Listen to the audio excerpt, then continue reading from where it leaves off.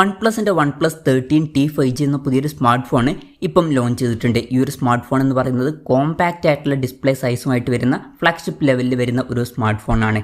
ഈ ഒരു വീഡിയോയിൽ നമ്മൾ നോക്കാൻ പോകുന്നത് OnePlus 13T 5G എന്ന ഫോണിനെ പറ്റിയിട്ടാണ്.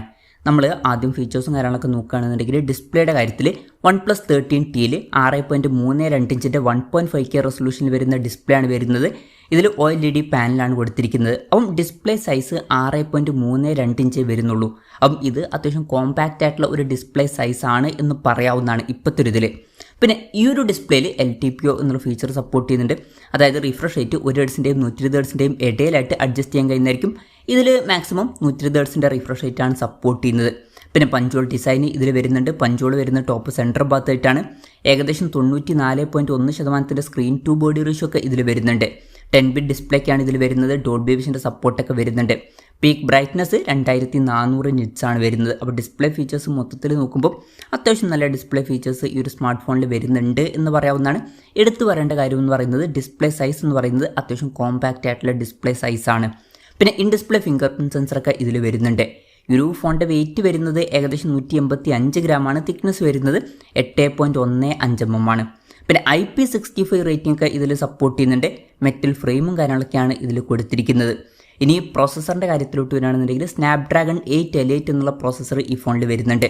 ഈ ഒരു പ്രോസസ്സർ എന്ന് പറയുന്നത് സ്നാപ്ഡ്രാഗണിൻ്റെ ഏറ്റവും ലേറ്റസ്റ്റ് ആയിട്ടുള്ള ഫ്ലാഗ്ഷിപ്പ് പ്രോസസ്സറാണ്. അപ്പം ബെസ്റ്റ് ആയിട്ടുള്ള ഒരു പ്രോസസ്സർ തന്നെ ഇതിൽ വരുന്നുണ്ട്. അപ്പം അത് നല്ലൊരു കാര്യമാണ്. പിന്നെ 5G സപ്പോർട്ടും കാര്യങ്ങളൊക്കെ ഇതിൽ വരുന്നുണ്ട്.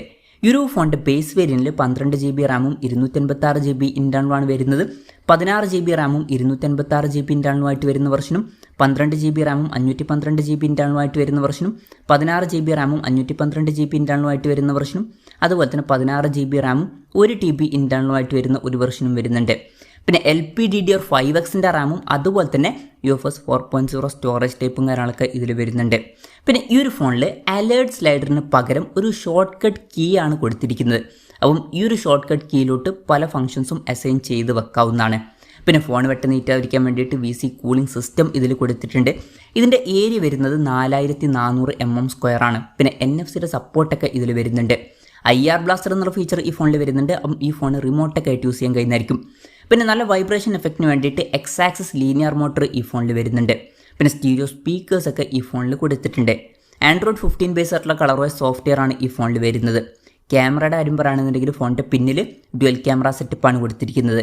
50 മെഗാപിക്സലിൻ്റെ f1.8 അപ്പേഴ്സിൽ വരുന്ന മെയിൻ ക്യാമറ സെൻസറാണ് ഈ ഫോണിൽ വരുന്നത്.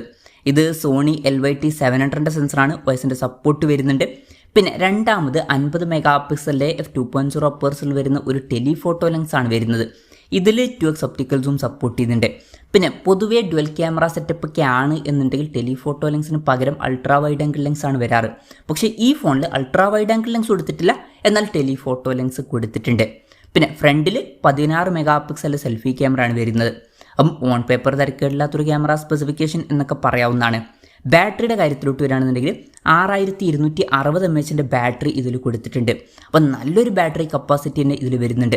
ഇപ്പം സ്ക്രീൻ സൈസ് 6.32 ഇഞ്ചാണ് എന്ന് വെച്ചിട്ട് ബാറ്ററി കപ്പാസിറ്റിയുടെ കാര്യത്തിൽ ഒരു കോംപ്രമൈസും വരുത്തിയിട്ടില്ല. വളരെ നല്ല ബാറ്ററി കപ്പാസിറ്റി ഇതിൽ വരുന്നുണ്ട്. അത് എടുത്തു പറയേണ്ട ഒരു കാര്യം തന്നെയാണ്. പിന്നെ 80 വാട്ടിൻ്റെ ഫാസ്റ്റ് ചാർജിംഗ് സപ്പോർട്ടും ഇതിൽ വരുന്നുണ്ട്. Type C ചാർജിംഗ് പോർട്ടും ഇതിൽ കൊടുത്തിട്ടുണ്ട്. അപ്പം നല്ലൊരു ബാറ്ററി സെറ്റപ്പ് ഈ ഒരു സ്മാർട്ട് ഫോണിൽ വരുന്നുണ്ട് എന്ന് തന്നെ പറയാവുന്നതാണ്. അപ്പം ഇതൊക്കെയാണ് ഫീച്ചേഴ്സിനെ പറ്റി പറയാനുള്ള കാര്യങ്ങൾ. പിന്നെ ഈ ഒരു സ്മാർട്ട് ഫോൺ ഇപ്പം ഇന്ത്യൻ മാർക്കറ്റിൽ ലോഞ്ച് ചെയ്തിട്ടില്ല. ഇപ്പോൾ ചൈനീസ് മാർക്കറ്റിലാണ് ഈ സ്മാർട്ട് ഫോൺ ലോഞ്ച് ചെയ്തിരിക്കുന്നത്. ചൈനീസ് മാർക്കറ്റിൽ ഈ ഫോൺ ലോഞ്ച് ചെയ്തിരിക്കുന്നത് 3399 യുവാൻ എന്ന പ്രൈസിങ്ങിലാണ്. അതായത് 39,900 രൂപ പ്രൈസ് റേഞ്ചിലായിട്ട്. ആ ഒരു പ്രൈസ് റേഞ്ചിൽ ഈ പറഞ്ഞിട്ടുള്ള ഫീച്ചേഴ്സ് എങ്ങനെയുണ്ടെന്ന് വെച്ചാൽ വളരെ മികച്ച ഫീച്ചേഴ്സ് തന്നെയാണ്. ബെസ്റ്റ് ആയിട്ടുള്ള പ്രോസസ്സർ ഇതിൽ വരുന്നുണ്ട്.